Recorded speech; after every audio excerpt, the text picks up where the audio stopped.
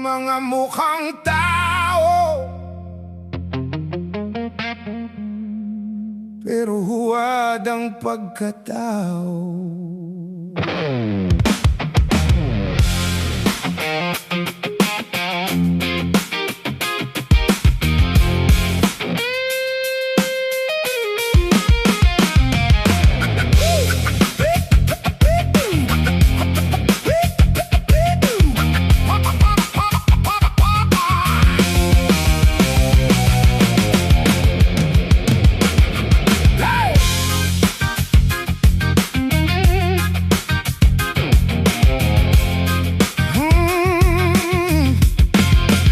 Pagkaharap mo'y baig-baitan,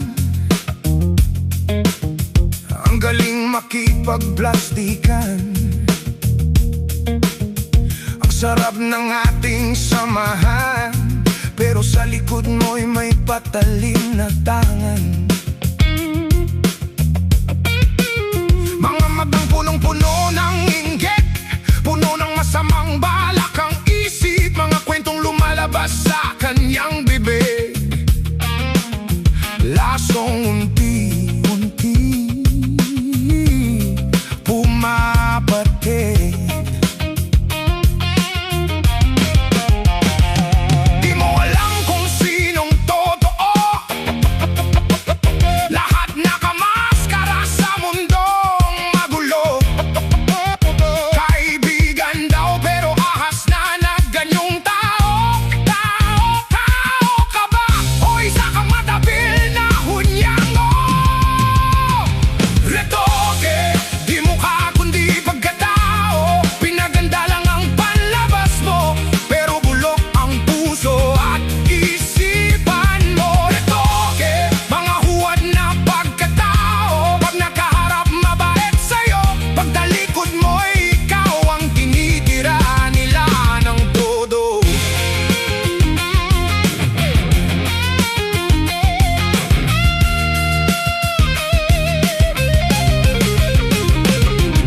Mahilig gumawa ng kwentong peke, para lang may masabing mali. Tumingin muna sa inyong mga sarili, kung kayo'y mga perpekto at walang mali. Mga taong walang paninindigan, balimbing bawat sa mga usapan, pero kapag may kailangan sila'y nandyan. Pag ikaw ang wala, di mahagila, parang bulang nawawala.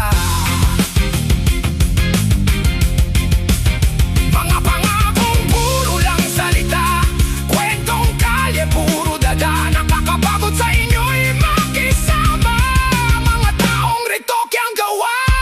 Retoke, di mukha kundi pagkatao, pinaganda lang ang panlabas mo, pero bulok ang puso at isipan mo. Retoke, mga huwad na pagkatao, pagkaharap ay kakampi mo, pero sa likod mo'y sila ang unang sisira sa'yo.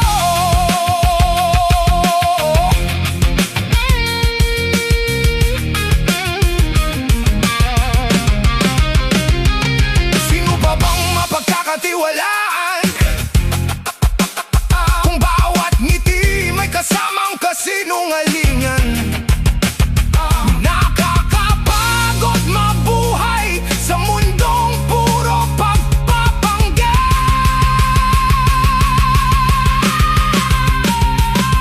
pero di nila kayang patahimikin ang taong marunong lumaban at madasalin. Retoke, ayusin mo muna ang budhi mo, kahit anong ganda ng mukha mo, kung ang puso mo'y kabulukan lang ito. Retoke, mga huwad na tao, mga plastic sa mundo, darating din ang araw, lalabas ang tunay niyong inyo.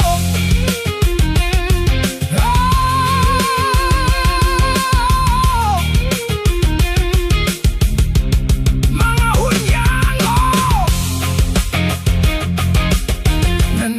katawang tao.